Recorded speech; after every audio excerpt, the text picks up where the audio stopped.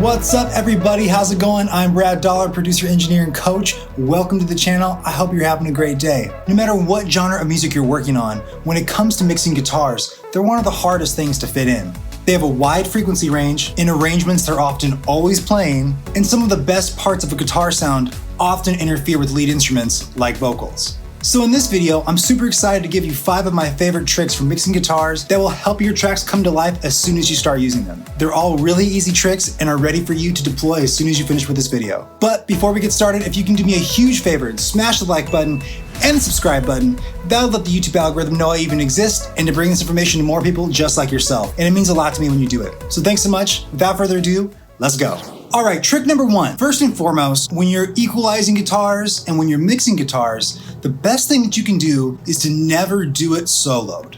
When you start manipulating and tweaking guitar tracks without reference to everything else that's going to be going on around them, you end up doing one of two things or both. You'll either overemphasize the stuff in the guitar track that isn't actually useful for helping it cut through the rest of the mix and still giving it character, or you'll de-emphasize the stuff that actually brings the guitar to life. All the things that make it feel like the guitar sound, the guitar track that you really want. And when you do all of your adjustments in solo, you really have no concept of how the changes you're making are affecting how the guitar sits against the track as a whole.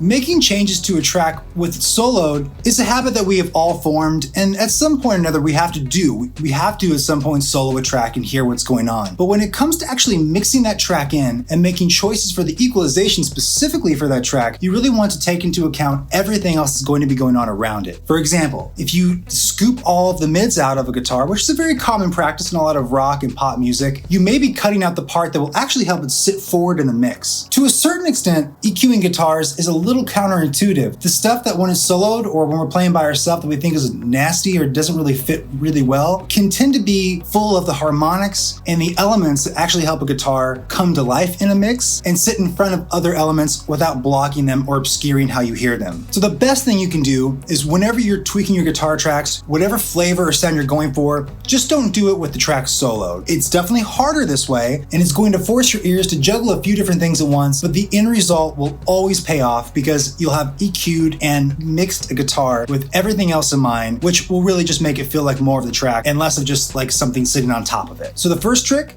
don't solo your guitar tracks as you're EQing them. The second trick takes into account the very wide frequency range of most guitars, and as a result, this trick is about cutting a little bit of low end from your guitars and a little bit of high end. The reality is, there's not a lot of low end information in most guitar tracks, unless you're in Sun-O and you're playing some awesome doom noise metal. And there's also really not a ton of information in the super high end of a guitar. And you may have experienced this before, where you wanted to be a little bit brighter and you started turning up things around the 10K, 15K, 20K range, or maybe you wanted to be a little beefier, so you brought up the low end and you made it really heavy down in the sub 100 range. But if you haven't tried that, or you're about to try that, you'll very quickly realize that as soon as you listen to that same guitar in the mix, it's going to take up a ton of space. And even if it's just a guitar solo song where it's only guitar playing the entire time, that super wide frequency range is going to detract from all the beautiful, rich harmonics that are happening in the middle of the guitar sound. And that mid range from say the low mids of 200 hertz to about 7K, 7,000 hertz is really the sweet spot of most guitars. Now, I'm not saying that there are any rules here. If there's something really beautiful at 100 hertz you want,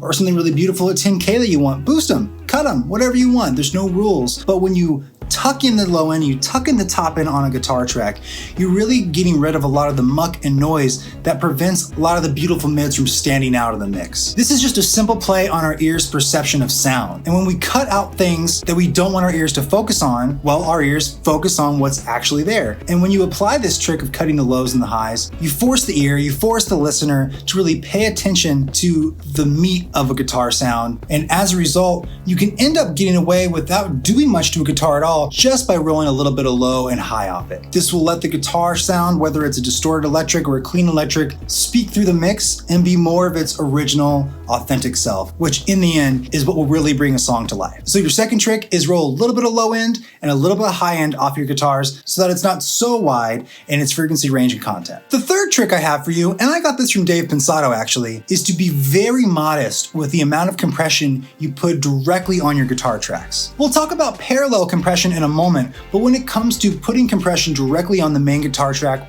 Whether it's through an insert or you permanently process the track, you want to be very modest with the actual amount of compression you use. And by modest, I mean modest, maybe like 1 or 2 dB of compression, 3 dB at the max. And the reason for this is that most electric guitars, whether they're DI or they're coming out of a speaker, are already being compressed by the natural behavior of the electronics, even if they're just modeled. So when we overly squeeze a guitar, when we overly compress it directly, it's not necessarily the worst thing in the world, but the thing that it does that really makes it hard to mix a guitar that's been overly compressed is that it severely reduces the perceived volume. Of course, you can turn the makeup gain up or turn the fader up and replace some of that, but the perceived volume of a guitar in a track is what actually gives it its life. If everything is just super compressed and turned up, then the mix feels very stagnant. It feels very flat. And an overcompressed guitar loud in a mix can make the whole mix feel like it's overcompressed.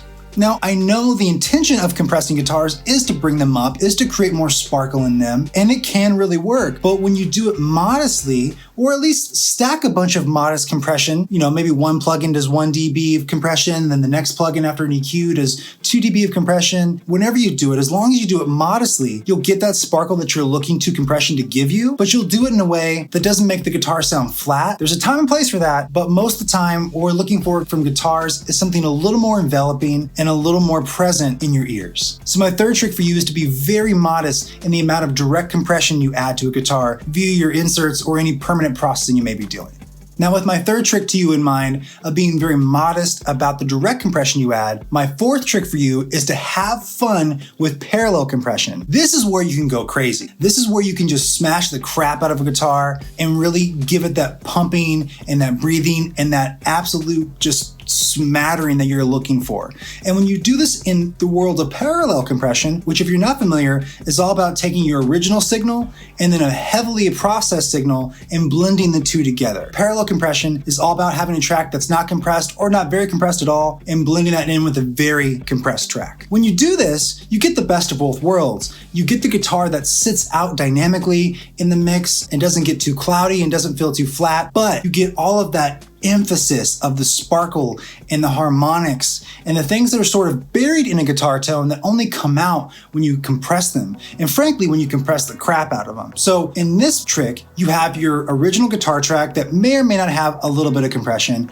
And then you also have another guitar track that's heavily compressed and heavily processed. And then it's up to you which one you want to blend in more or the other. My favorite way to do it is to focus primarily on the lesser compressed track and then just slowly blend in the parallel compressed track until I can just hear it. And when it's right there, then I know it's in a pretty good spot for the overall mix, and I can leave the main guitar, and then if I need a little more guitar or a little less, I can just turn the parallel compressed guitar up or down. And the difference is subtle, but when you mute and unmute it, it's a really, really big change. This is a great way to also get guitars to sit out across bass guitars that may be heavily compressed or snares and kick drums that are heavily compressed without really sacrificing the tone of the guitar. So my fourth trick to you is to have a ton of fun with parallel compression, go crazy, compress the crap out of it, do the all buttons in an 1176, just go crazy and have a blast, and then just blend that in with the other guitar track, which will be barely compressed at all. This will give you a wider palette to play with when it comes to your guitar sounds and bring a lot of energy and life to your mix.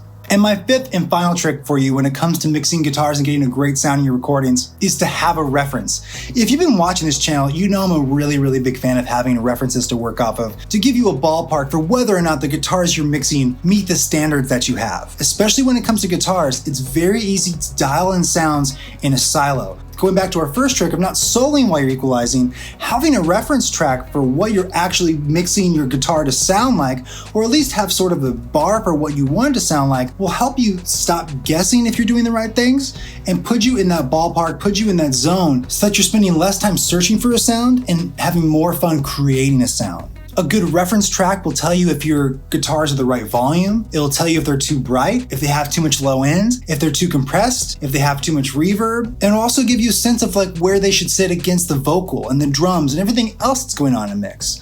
So having a reference track for every stage of the process is really, really helpful when it comes to mixing. You always want something that you're referencing the whole song to, but it's also a great idea to have references for specific elements in the mix itself, like guitars or even vocals or snares. You're gonna hear me say say this a lot on the channel because it's been a big help for me in my mixes. And if you're just getting going, or maybe you're deep into your career and you're looking for a new way of getting more out of how you mix guitars, go ahead and lean on a reference, because it will give you that bar, it'll give you that standard, it'll give you that checkpoint at which you can measure your own work against. So I'm a big fan of references, and it's as simple as just having your reference ready to go and say Spotify or Apple Music, and you can switch back and forth between whatever you're using, whether it's Pro Tools or Ableton Live or a tape machine. You can go back and forth to Spotify or Apple Music or YouTube or whatever you want and compare and contrast the sounds you're getting against your reference. It's one of the easiest and oldest tricks in the book, and I guarantee you if you start doing that today, you'll get to a much closer range of guitar sounds that maybe you've been looking for and haven't been sure how to get.